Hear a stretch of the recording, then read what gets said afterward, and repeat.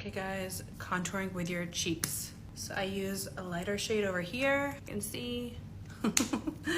I'm not neat. And then I use a darker shade over here. 2 shades, you don't need much. And you just start to blend it out.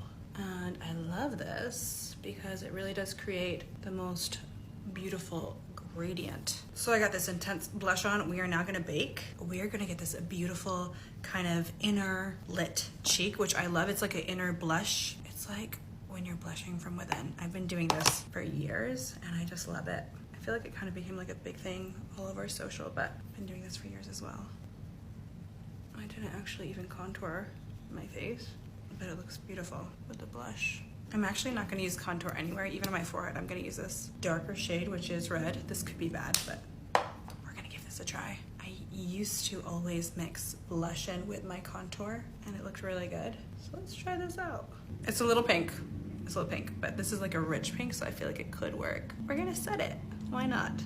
Am I red like an Oompa Loompa? Or am I vibing on this? I don't know. I kind of like this. Alright guys, so this is my final look. I did not use any bronzer or contour product, only for my nose. And my blush was used to contour my forehead and my cheeks, and I kind of love this. What do you guys think?